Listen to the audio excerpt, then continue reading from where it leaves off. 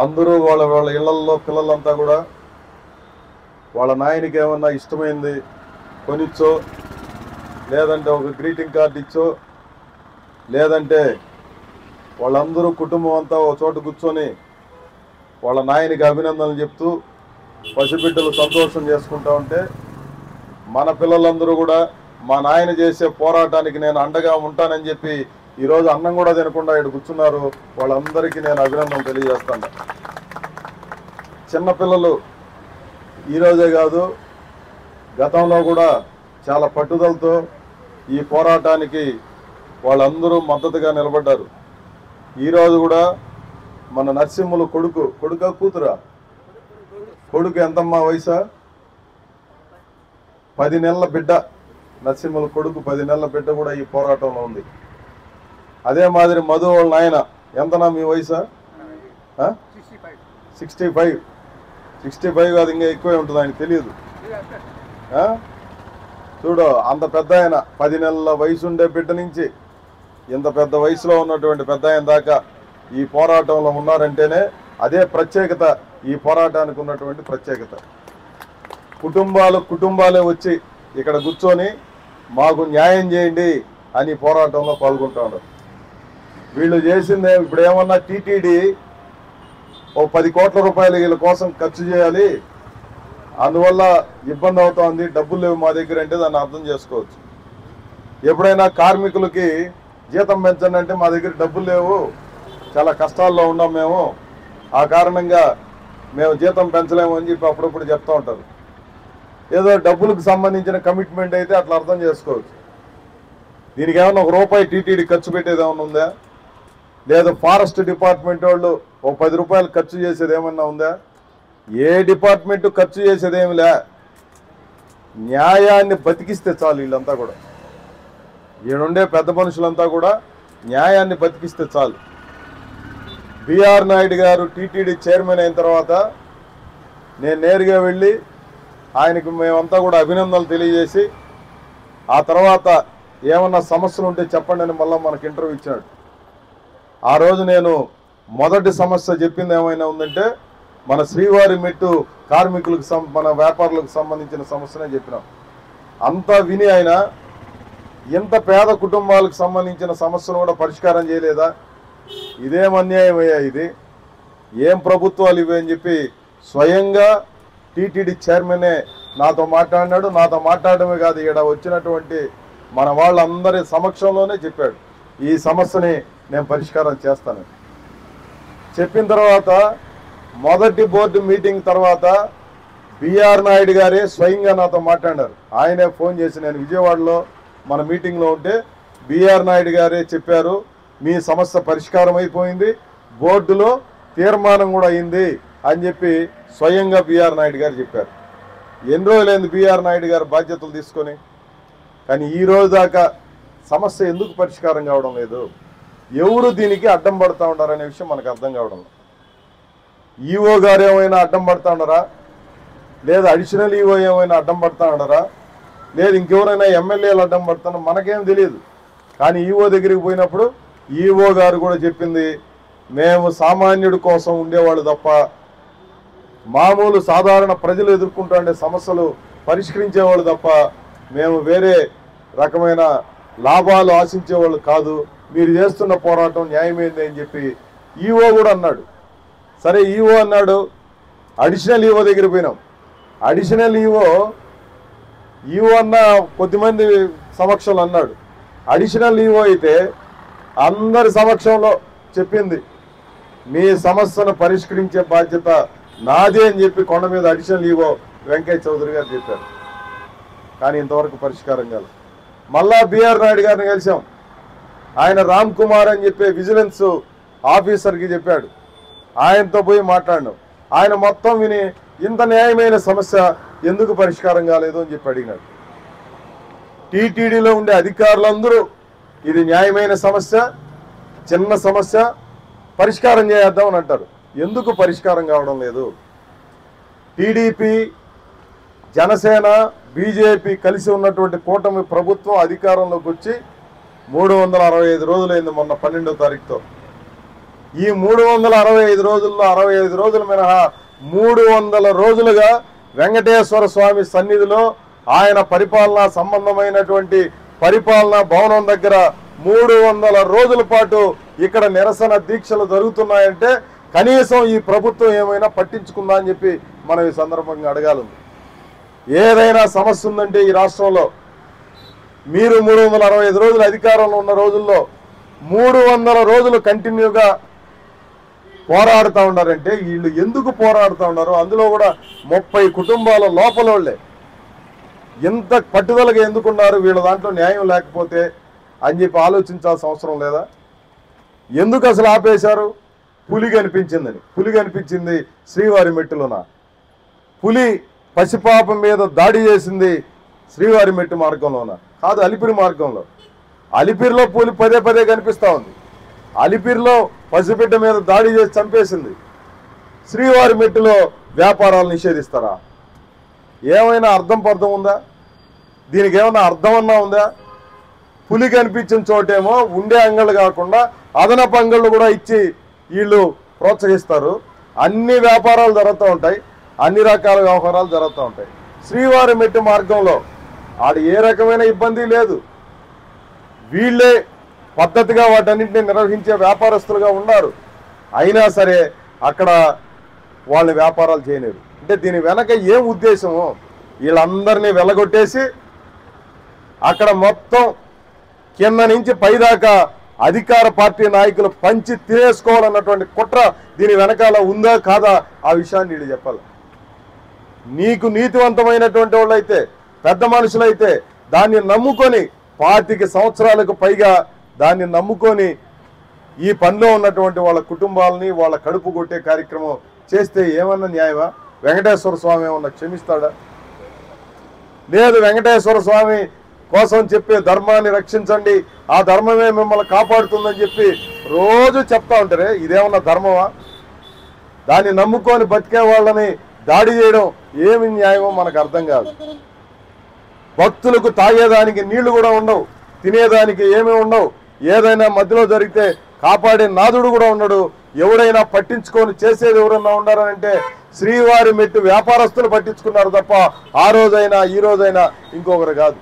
గుండెపోటు వస్తే పట్టించుకున్నారు, తాగేదానికి నీళ్లు లేకపోతే ఆదుకున్నారు, తినేదానికి తిండి లేకపోతే ఆదుకున్నారు. భక్తులకు ఇన్ని రకాలుగా ఉపయోగపడుతున్నటువంటి వాళ్ళ పట్ల టీటీడీ యాజమాన్యం వ్యవహరిస్తున్న తీరు న్యాయమా అని చెప్పి మనం అడుగుతాను. ఇది న్యాయం కాదు. అందుకనే టీటీడీ ఈఓ గారికి, అడిషనల్ ఈఓ గారికి, బిఆర్ నాయుడు గారికి మనం పదే పదే చెప్తున్నది ఏమంటే ఈ పోరాటంలో న్యాయం ఉంది, అత్యంత న్యాయం ఉంది. ఇక్కడ వేరే ఏ స్వార్థము లేదు. ఆ పేద కుటుంబాల యొక్క ఆకలి తీర్చండి అని చెప్పే న్యాయమైనటువంటి పోరాటానికి న్యాయంగా మద్దతు పలకపోతే అది ద్రోహం చేసినట్టు అవుతుంది. దురదృష్టం ఏంటంటే ఇక్కడ మనం పోరాడుతూ ఉంటే ఎవడు అధికారంలో ఉంటే వాళ్ళు రారు ఇక్కడికి. అందమునుపు వైసీపీ అధికారంలో ఉన్న రోజుల్లో మనం ఇక్కడ టెంట్ వేసుకుంటే చాలు, తెలుగుదేశం వాళ్ళు సందు లేకుండా వచ్చేవాళ్ళు అందరూ కూడా ఇక్కడికి ప్రతోడు వచ్చేది మద్దతు ప్రకటించి వెళ్ళిపోయేది. ఇప్పుడు ఏమైపోయినారు ఆ తెలుగుదేశం పార్టీ నాయకులంతా కూడా, ఆ జనసేన పార్టీ నాయకులంతా ఏమైపోయినారు? జనసేన వాళ్ళు ఇక్కడ మనం పోరాడుతూ ఉంటే భోజనాలు తెచ్చి మరీ వడ్డించారంతా కూడా. ఇప్పుడు కనపడలేదా ఇక్కడ పేదవాళ్ళు ఉన్నట్టుగా? ఆ రోజు పోరాడేవాళ్ళు పేదోళ్ళు, ఈ రోజు పోరాడేవాళ్ళు షావుకారులా? అధికారంలో ఉన్నప్పుడు మాత్రం శత్రువులు మనం, అధికారంలో లేనప్పుడైతే ఏడలేని ప్రేమ వచ్చి కౌగులించుకునేది. ఇప్పుడు కూటమి అధికారంలో ఉంది, మనం పిలవకపోయినా పరిగెత్తా వస్తారు వైసీపీ నాయకులు, అయినా మనం పిలవల. ఎందుకనంటే ఈ ద్రోహం వైసీపీ హయాంలో జరిగింది, ఈ కూటమి హయాంలో జరిగింది. వీళ్ళంతా కూడా పేదల పేరు చెప్పి విచ్చలవిడిగా చేసేవాళ్ళు అనే దానికి ఇవన్నీ కూడా ఉదాహరణలు. అందుకనే మనం నిజంగా పేదల పక్షాన నిలబడే మన మిత్రులుగా ఉన్నటువంటి రాజకీయ పార్టీలన్నీ ఇక్కడికి ఆహ్వానించాం, అట్లాంటి సంఘాలన్నింటినీ ఆహ్వానించాం. ఇక్కడ కుటుంబాలు మనమే కూర్చున్నాము, మనతో పాటు మన కుటుంబ సభ్యులు, మన స్నేహితులు, బంధువులు అందరూ కలిసికట్టుగా ఇక్కడ ఏడ్చుకుందాము, ఇక్కడ ఈ దేవుడికి చెప్పుకుందాం అన్నటువంటి ఉద్దేశంతో జరుగుతున్నటువంటి పోరాటం ఇది. అందుకని ఈ పోరాటంలో న్యాయం ఉంది, ఈ పోరాటంలో నిజాయితీ ఉంది, ఈ పోరాటంలో తప్పులు లేవు, ఈ పోరాటంలో ధర్మం ఉంది, భక్తి ఉంది. కాబట్టి గెలిచి తీరుతుంది ఈ పోరాటం, దాంట్లో ఏమాత్రం సందేహం లేదు. అందుకనే ఇక్కడ ఉన్నటువంటి మీరందరూ కూడా అర్థం చేసుకోవాల్సింది, ఇదేదో కూలి పోరాటం కాదు, ఇదేదో లేదంటే ఏ తప్పుడు పోరాటం కాదు, ఇది నిజాయితీతో కూడుకున్నటువంటి పోరాటం. కాబట్టి ఈ పోరాటంలో మీరందరూ కూడా నిజాయితీగా భాగస్వాములు కావాలి. ఈరోజు మేమందరూ కూడా అన్నం తినకుండా మీకోసం కూర్చున్నాం. అవసరమైతే ఈ ఒక్కరోజు అన్నం తినడం కాదు, సచ్చేదాకా అన్నం తినకుండా కూర్చోగలిగిన సత్తా సిఐటియు నాయకత్వంలో ఉంది. ఫారెస్ట్ వాళ్ళ కోసం ఆ రకంగా పోరాడినాం, వెండర్స్ కోసం అదే రకంగా పోరాడినాం, నిర్వాసితుల కోసం అదే రకంగా పోరాడినాం. ఇక్కడ టీటీడీలో ఉన్నటువంటి పోరాడి సాధించినటువంటి వాడి వెనకాల ఎవరున్నారంటే సిఐటియు ఎర్రజెండా ఉందనే విషయం మీకు అందరికీ అర్థమై ఉండాల. అందుకనే ఈరోజు కూర్చున్నామంటే ఈ రోజుతో ఏదో ముగిసిపోయింది. 300 రోజు అందరూ నాయకులు వచ్చారు, వాళ్ళు కూర్చున్నారు, ఈడంతా కూడా కాసేపు మీటింగ్ పెట్టి మాట్లాడుకున్నారు, వెళ్ళిపోయినారని చెప్పి అనుకుంటే పొరపాటు అని చెప్పి చెప్పడం కోసం మేము చెప్తున్నాం. రేపు నెలలో ఈ సమస్య పరిష్కారం కాకపోతే, రేపు నెలలోనే ఈ సమస్యకు ఫుల్ స్టాప్ పెట్టకపోతే ఇక్కడ జరగబోయేది ఆమరణ నిరాహార దీక్ష అని చెప్పి హెచ్చరిక చేయడం కోసం ఈరోజు ఈ కార్యక్రమం పెట్టడం అనేది జరిగింది. అందుకనే నేను ఈరోజు ఈఓ గారికి, అడిషనల్ ఈఓ గారికి, చైర్మన్ గారికి, టీటీడీ బోర్డు సభ్యులకు అందరికీ విజ్ఞప్తి చేసేదేమంటే, ఈ న్యాయమైన పోరాటానికి ముగింపు పలకండి, న్యాయం చేయండి. అట్లా కాకుండా మీరు ఏ ముందులే పేదోళ్ళు, వీడు కూడా కూలోడు కూడా మగబిడ్డ అని ఒక సామెత, ఈ శ్రీవారి మెట్టు వ్యాపారస్తులకు కూడా మనం సమాధానం చెప్పాలన్నా అన్నటువంటి అహంభావంతోనో పొగరుతోనో ప్రవర్తిస్తే మాత్రం ఇది సరైనటువంటిది కాదు అనే విషయాన్ని నేను చెప్పదలుచుకున్నాను. మిత్రులారా, ఈరోజు ఉదయమే చైర్మన్ గారి దగ్గర ఉన్నటువంటి వాళ్ళు మాట్లాడారు, రేపు సాయంత్రం మీరు రండి, ఏదో ఒకటి మాట్లాడి దీన్ని పరిష్కారం చేస్తామని చెప్పి తెల్లారితోనే నాతో మాట్లాడడం అనేది జరిగింది. అందుకని ఇక్కడ ఉన్నటువంటి మీరందరూ కూడా అర్థం చేసుకోవాల్సిందేమంటే, మన పోరాటాన్ని తీవ్రతరంగా మారిస్తే, దాన్ని కొనసాగిస్తే విజయం దాని అంతటా అదే మన వెంట వస్తుంది. అట్లా కాకుండా పోరాటాన్ని నిర్వీర్యం చేసో లేదా ఏమంటే అందరి దీనికి ఏడ్చేదాని మొగుడు వస్తే నా మొగుడు వస్తాడని ఒక సామెత ఉంది చూడండి, ఆ రకమైనటువంటి పద్ధతుల్లో ఉంటే అందరికీ ఏదైనా నష్టం జరుగుతుంది. అందరూ పాలు పోయాలనుకుని అందరూ వచ్చి నీళ్లు పోసారనుకో, మూద్దేస్తే ఏముంటుంది, దాంట్లో నీళ్లు ఉంటాయి. కాబట్టి పాలు పోయాలనుకున్న తర్వాత అందరూ పాలు పోయాల్సిందే, ఏ ఒక్కడు వెనక్కి తగ్గడానికి వీళ్ళే. ఈరోజు పసిబిడ్డలందరూ వచ్చారు, పెద్దోళ్ళందరూ వచ్చారు, ఆడబిడ్డలందరూ వచ్చారు, మహిళలందరూ కూడా వాళ్ళ కుటుంబాలను వదిలి ఈరోజు ఆదివారం ఏదో నలుగురు కూర్చొని వారం అంతా పని చేసుకొని చిట్ట చివరి ఆదివారం రోజు నలుగురు ఇంట్లో కూర్చొని భోజనం చేసే పరిస్థితి కూడా లేకుండా ఈరోజు అన్నం కూడా తినేయకుండా అందరినీ ఇక్కడ కూర్చొని పెట్టి ఈ పోరాటాన్ని సాగిస్తున్నాం. అందుకని అర్థం చేసుకోవాలా, అధికారులందరూ అర్థం చేసుకోవాలా, న్యాయమైనటువంటి ఈ పోరాటానికి అన్యాయం చేయొద్దు. రేపు నెలలో ఈ సమస్యకి ముగింపు పలకాలి, పలకపోతే మాత్రం ఈ పోరాటాన్ని మరింత తీవ్రతరం చేస్తాము, దాంట్లో ఏమాత్రం వెనక్కి తగ్గేది లేదు. వీరికి అండగా సిఐటి నిలబడుతుందని చెప్పి నేను తెలియజేస్తూ, ఈరోజు మన కార్యక్రమానికి పిలిచిన వెంటనే మనకు అనేక మంది నాయకులు ఇక్కడ వచ్చారు. అంజయ్ గారు మీకు అందరికి కూడా తెలుసు, ఎక్కడ మనం ఏ పోరాటం చెప్పినా, ఏ సమస్య ఉన్నా ఆయనకి ఎన్ని పనులన్నా ఉండండి మన కోసం అండగా నిలబడి ఆయన రేయింబొగుళ్ళు మన కోసం పోరాడే మనిషి అంజయ్ గారు మన కోసం వచ్చారు. అదే మాదిరి నగేష్ గారు మన కోసం వచ్చారు. మంగాటి గోపాల్ రెడ్డి గారు కాంగ్రెస్ పార్టీ నాయకులు, ఆయన కోరిందో తడవుగా ఆయన మనకు వచ్చి మద్దతు ప్రకటించిపోయినారు. సిపిఎం జిల్లా కార్యదర్శి నాగరాజు గారు మనతోనే ఉంటారు, మీకు అందరికి కూడా తెలుసు. ఇంకా అనేక మంది వాస్తవంగా వచ్చి ఉండాల్సింది. ఈరోజు ఒక రిటైర్డ్ జిల్లా జడ్జి వచ్చి నేను మీతో పాటు భాగస్వామి అవుతానని చెప్పాడు. ఆయనకి ఏదో ఒక అర్జెంట్ పని ఉండడం మూలంగా నేను రాలేకపోయినానని చెప్పాడు. ఇంకా అనేక మంది మీ పోరాటాన్ని కొనసాగించండి, మీకు అండగా మేము ఉంటామని చెప్పి అనేక మంది చెప్పారు. మన మాజీ ఎమ్మెల్సీ శాసన మండలి చైర్మన్ బాలసుబ్రహ్మణ్యం గారు కూడా నేను వస్తాను, నేరుగా అవసరమైతే మీకు మద్దతుగా నేను కూడా కూర్చుంటానని చెప్పి ఆయన కూడా ప్రకటించడం జరిగింది. అట్లా రకరకాల వ్యక్తులు, శక్తులు, సంస్థలు అన్నీ మనకు అండగా ఉంటున్నటువంటి నేపథ్యంలో మీరందరూ పట్టుదలను వీడకుండా దీన్ని మరింత తీవ్రతరం చేయాలి. అందుకోసం మీరు మరింత పట్టుదలను ప్రదర్శించాలి. కష్టం వచ్చినప్పుడే అందరూ మరింత ఐకమత్యంతో ఉండాలి. చాలా మందికి ఇప్పుడు అర్థం కాదు. సమస్య పరిష్కారమే మన విజయం సాధించిన రోజు ఈ పోరాటం యొక్క ప్రాధాన్యత అర్థమవుతుంది. జాతీయోద్యమం ప్రారంభించే రోజుల్లో కూడా 20 మంది అంటే కూర్చునింది ఈ స్వాతంత్ర పోరాటం చేయాలంటే ఏం చేయాలా అని చెప్పేసి. బ్రిటిష్ వాళ్ళు అప్పటికే బలమైనటువంటి మనుషులు, వాళ్ళు విదేశాల నుంచి వచ్చి అన్ని రకాల ఆయుధ సంపత్తితో సైన్యాన్ని కంట్రోల్ పెట్టుకొని మొత్తం ఈ దేశంలో పరిపాలన చేసేటువంటి రకరకాల వ్యక్తుల్ని శక్తులను అందరినీ పరిపాలన గట్టిగా పట్టుకొని ఈ దేశాన్ని నడిపిస్తున్నటువంటి రోజుల్లో కూర్చొని మాట్లాడుకునేది ఎంతమంది అంటే 20 మంది. అట్లాంటి వాళ్ళు 20 మంది అయ్యో ఇంత పెద్ద బ్రిటిష్ వాడిని మేమేం చేస్తామని చెప్పి ఆ రోజున అనుకొని ఉంటే మనకి స్వాతంత్రం వచ్చేదిలే. 200 సంవత్సరాల పాటు పరిపాలన చేసినటువంటి బ్రిటిష్ వాడిని తరిమేయడం కోసం పోరాటాన్ని ప్రారంభించింది 20 మంది అనే విషయం గుర్తుండాలి మనకందరికీ. కాబట్టి మనం ఎంతమంది ఉన్నాంలే, మనం 30 మందే కదా, 28 కుటుంబాలే అని అనుకోవాల్సినటువంటి అవసరం లే. మనము చేసే పోరాటంలో నీతి ఉంది, మనం చేసే పోరాటంలో నిజాయితీ ఉంది.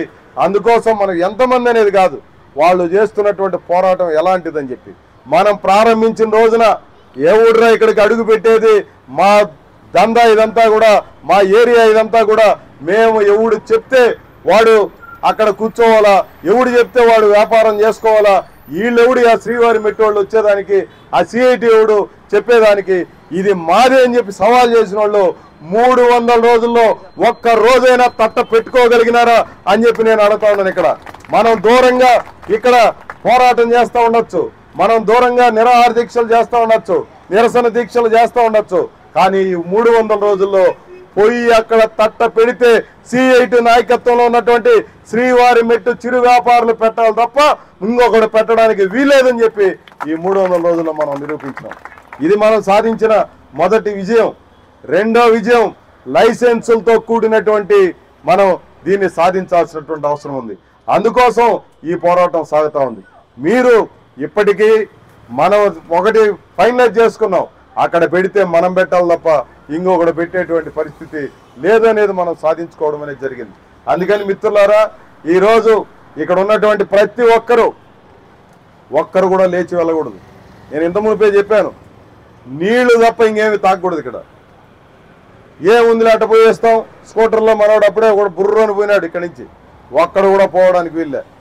నేను పోవాలంటే 176 పనులు ఉన్నాయి. ఈరోజు మాజీ మంత్రి అమర్నాథ్ రెడ్డి గారు కూడా రమ్మన్నారు, మీకంటే ముఖ్యమైనది ఏమి కాదని చెప్పి నేను పోలా, ఈరోజు ఇక్కడ మీతో కూర్చొని ఉన్నాను.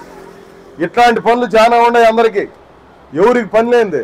ఇక్కడ ఉండేవాళ్ళు బాలసుబ్రహ్మణ్యం గారికి పని లేదా, నగేష్కి పని లేదా, అంజయ్ గారికి పని లేదా, ఎవరికి పని లేదు? అందరికీ ఎవరికి తగిన పనులు వాళ్ళందరికీ ఉన్నాయి. మన కోసం అందరూ అన్ని రకాలు కూర్చొని ఉన్నారు. మేము కూడా అన్ని పనులు పక్కన పెట్టి మీ పోరాటం విజయవంతం కావాలని చెప్పి మేము కూర్చొని ఉన్నాం. కాబట్టి ఎవరు ఒక్కరు కూడా, ఒక్క పసిబిడ్డను కూడా మీరందరూ కూడా పక్కనే కూర్చొని పెట్టుకోండి. సాయంత్రం దాకా ఈరోజు ఈ పోరాటం సాగాలి. మధ్యాహ్నం ఎవరు కూడా ఏముందిలే మేము అటు పోయి తినే వస్తాం, తినడానికి వీల్లేదు. ఎందుకనంటే నేను చాలా స్పష్టంగా చెప్పాను, ఏముందిలే అటు పోయి వస్తాం. ఒక్కరోజు అన్నం కూడా తినలేకపోతే, అన్నం కూడా తినలేక ఏదో ఒక రకంగా తప్పించుకొని పోవాలనుకుని ఏం పోరాటం చేసేది? ఏం ఉపయోగం ఉంది? ఒక్క పూట మీరు జస్టిస్ చౌదరి సినిమా చూశారు కదా, ఒక్క పూట భోంచేయనంత మాత్రాన ప్రాణం పోదిలే పూర్ణ అంటాడు ఎన్టీ రామారావు, గుర్తుందా? ఒక పూట భోజనం చేయకపోతే చచ్చిపోయేదేమిలే. పొట్టి శ్రీరాములు ఆయన కంటిన్యూగా ఆయన పోరాడితే ఆంధ్ర రాష్ట్రం వచ్చింది. ఊరికే వచ్చిందా? మిమ్మల్ని ఊరిని అటు చేయమనడంలా, ఒక పూట తినబోకండి అంటున్నాం. ఒక్క పూట తినకుండా ఉంటే అది వేరు. మళ్ళీ ఆమర నిరాహార దీక్ష చేసేటప్పుడు చూద్దాం ఎంతమంది ఉంటారు ఏందనేది. కానీ మీరు ఇందులో నిజాయితీగా ఈ పోరాటంలో పాల్గొనాలి. దయచేసి వంటలు ఏమన్నా ఇళ్ళ కాడ వండి పెట్టుకున్నా, లేదా ఇంట్లో వాళ్ళకి వచ్చేస్తాం రెడీగా పెట్టండి అని చెప్పి అనుకోనున్నా, వాటన్నిటినీ సాయంత్రం దాకా ఎత్తి పెట్టుకోండి. ఏం చెడిపో, మధ్యాహ్నం తినకపోతే పర్వాలే. కాబట్టి ఒక్కరు కూడా పోవడానికి వీల్లేదు. కంటిన్యూగా 5 దాకా ఉండాలి. మనం మొదట అయితే 6 దాకా అనుకున్నాం, ఆఫీస్ టైం 5 దాకే. కాబట్టి 5 దాకా అందరూ ఇక్కడ ఉండాలి. ఆ తర్వాతనే లేచిపోదాం అందరూ కూడా. ఓకేనా? ఎవరు పోవడానికి వీళ్ళే. కాబట్టి అది చేయండి. ఆ పసిబిడ్డని మన పెద్ద ఆయన్ని పక్కన కూర్చోబెడదాం. కూర్చోబెట్టి ఫోటోలు తీసి 10 నెలల బిడ్డ నుంచి 70 ఏళ్ళ ముదుసలి వరకు ఈ టెంట్లో కూర్చున్నారు అనే విషయాన్ని ఫోకస్ చేయాలా. మీరు కూడా మీ పిల్లలందరూ వచ్చారు కాబట్టి పిల్లల్ని పెట్టుకొని బోర్డు పెట్టుకొని ఫాదర్స్ డే రోజు మా ఫాదర్కు మద్దతుగా నేను పోరాడుతున్నానని చెప్పి బిడ్డల దగ్గర మాట్లాడించి వీడియోలన్నీ పెట్టండి సోషల్ మీడియాలో. టీటీడీ ఇక్కడ నిలబెట్టేసి ఎవరెవరు ఫాదర్ ముందర ఆ బిడ్డను పెట్టి బోర్డు పట్టుకొని ఈరోజు ఫాదర్స్ డే సందర్భంగా మా ఫాదర్ చేసే పోరాటానికి మద్దతుగా నేను కూడా దీక్షలో పాల్గొన్నాను అందరి దగ్గర చెప్పించి మీ గ్రూపులు అన్నిటిలో పెట్టండి, రీల్స్ అన్నిటిలో పెట్టండి. మొత్తం ఊరు వాడ ఈరోజు రేపు మొత్తం శ్రీవారి మెట్టు చిరు వ్యాపారుల గురించే చర్చ జరగాలి. తిరుపతిలో, టీటీడీలో, అధికారుల్లో అందరిలో దానికి మీరు సంసిద్ధమై చేయమని చెప్పి ఏదో పోరాటం అంటే ఏడే కాదు, మీడియాలో జరగాల, సోషల్ మీడియాలో జరగాల. ఇప్పుడు పెద్ద వాళ్ళందరి గురించి చెప్పుకుంటూ ఉంటారు అంతా కూడా మిగిలిన పెద్ద ఛానల్స్లో. మన బోటోళ్ళ గురించి చెప్పకపోతే పర్వాలే. అందుకనే మీరేం చేయాలంటే సోషల్ మీడియాని నమ్ముకుందాం. సోషల్ మీడియాలో విస్తారంగా దీన్ని ప్రచారం చేయమని చెప్పి నేను కోరుతున్నాను. యూట్యూబ్లో పెట్టచ్చు, ఫేస్బుక్లో పెట్టచ్చు, ఇన్స్టాగ్రామ్లో పెట్టచ్చు. రోజు చూస్తూనే ఉంటారు కదా మీరందరూ.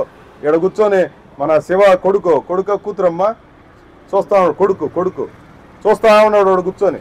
వాడే కాదు ఇక్కడ అందరు పిల్లకాయలు చూస్తాండ, అట్లా అడిక్ట్ అయిపోతున్నారు పిల్లకాయలు. కాబట్టి మీరందరూ పిల్లకాయలు అట్టుంటే ఇంక పెద్దవాళ్ళకి అది చెప్పాల్సిన అవసరం. అందరూ ఇట్టే ఉన్నారు, ఈడ మాట్లాడేది మాట్లాడుతున్నారు, చూసేవాళ్ళు చూస్తూనే ఉండరు. కాబట్టి మీరందరూ సీరియస్గా ఈ పోరాటాన్ని న్యాయబద్ధంగా దీన్ని నడిపించడానికి సహకరించాలని చెప్పి కోరుతూ సెలవు. నమస్కారం.